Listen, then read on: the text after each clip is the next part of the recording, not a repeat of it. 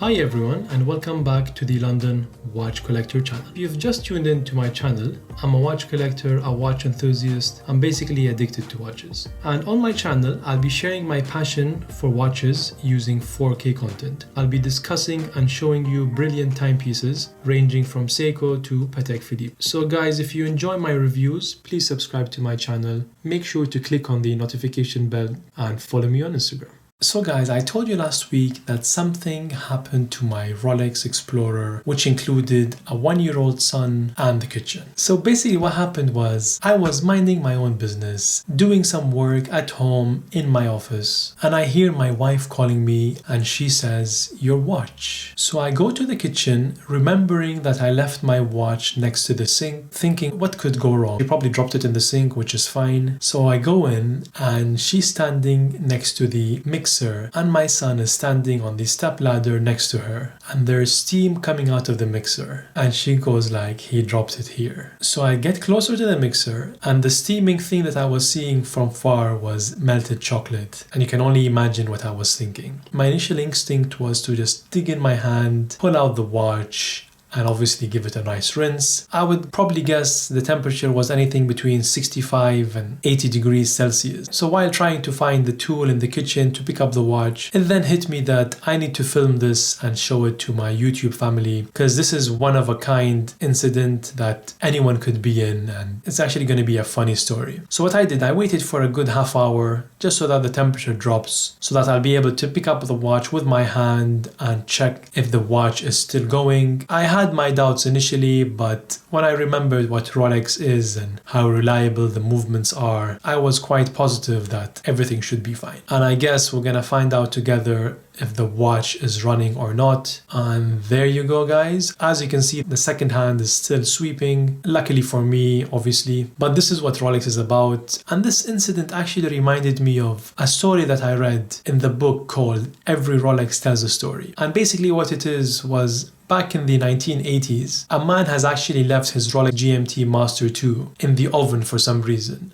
And what happened was, during the night, his wife switched on the oven. The temperature has reached to around 500 degrees Fahrenheit. And in the morning, when he inspected the watch, he saw that the sapphire crystal popped as well as the bezel. But strangely enough, the watch was still ticking in the morning. Obviously, he had to send it for a service and he got everything repaired, including a new sapphire crystal, etc. But if you guys were wondering what would have happened if my watch has made it to the oven, I'm not gonna try it obviously, but it will probably still be ticking, because these watches are made to sustain very low and very high temperatures. But by all means, do not try this at home. But it's good to know that those watches are reliable. End of the day, these are tool watches made to keep up with such environments. So I take out the watch and I give it a nice rinse, a nice clean in the kitchen. But as you can see, it needs a thorough clean. And that's one thing I've never been able to find, which is a good watch cleaner. So after this incident, what I actually did is I went through a thorough search on the internet, and I was able to find a couple of products which I'm planning on reviewing. So I hope you enjoyed that nice little story. So as I mentioned 2 weeks ago, I asked Everest to send me 3 different straps for my Rolex Explorer, which I received a couple of weeks ago. And the remainder of this video would be me showing you how to put on the straps, as well as the looks of the Explorer with 3 different straps. Everest upgraded the packaging. It became smaller in size. On one end, it has the buckle, which is a very nice look. So they've minimized the paperwork, which I feel is a good touch, because nowadays everything is online. Everyone is moving away from the excess paperwork. But basically what they give you now is the limited warranty, as well as the instruction on how to fit the straps. So the first strap I'm revealing is the rubber strap, which is basically exactly like the no date sub I had, and I feel that just matches the watch perfectly. And the good thing about this is that you'll use your Rolex clasp, which is perfect. The next one, which again has the same paperwork, and this also uses the Rolex clasp, but this time I went for a leather strap. And last but not least is a nylon with a tang buckle. So there you have it, guys, all 3 straps next to each other. So let's go ahead and put on the first strap.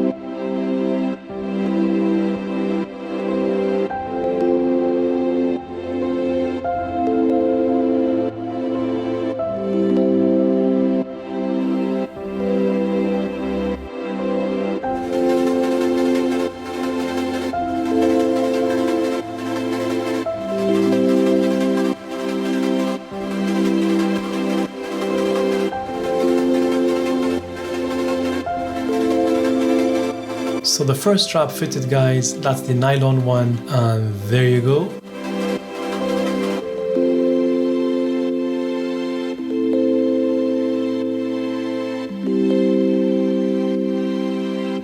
So moving on, and this time we're going to be using the Rolex clasp. So we're going to go ahead and protect the bracelet and remove the Rolex clasp.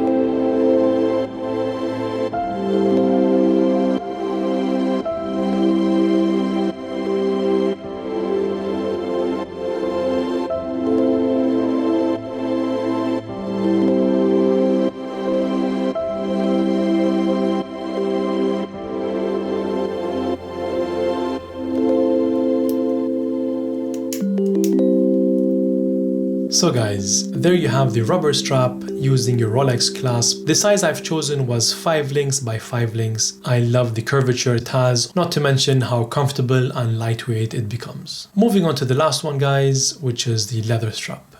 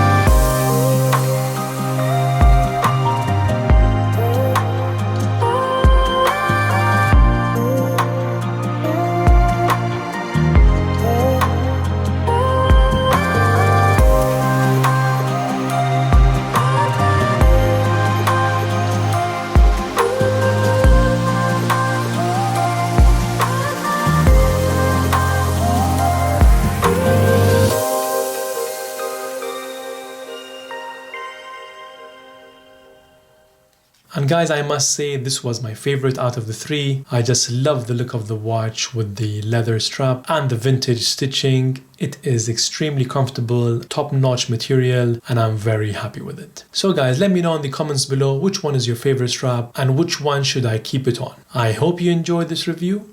That's all for this week. Thank you for watching.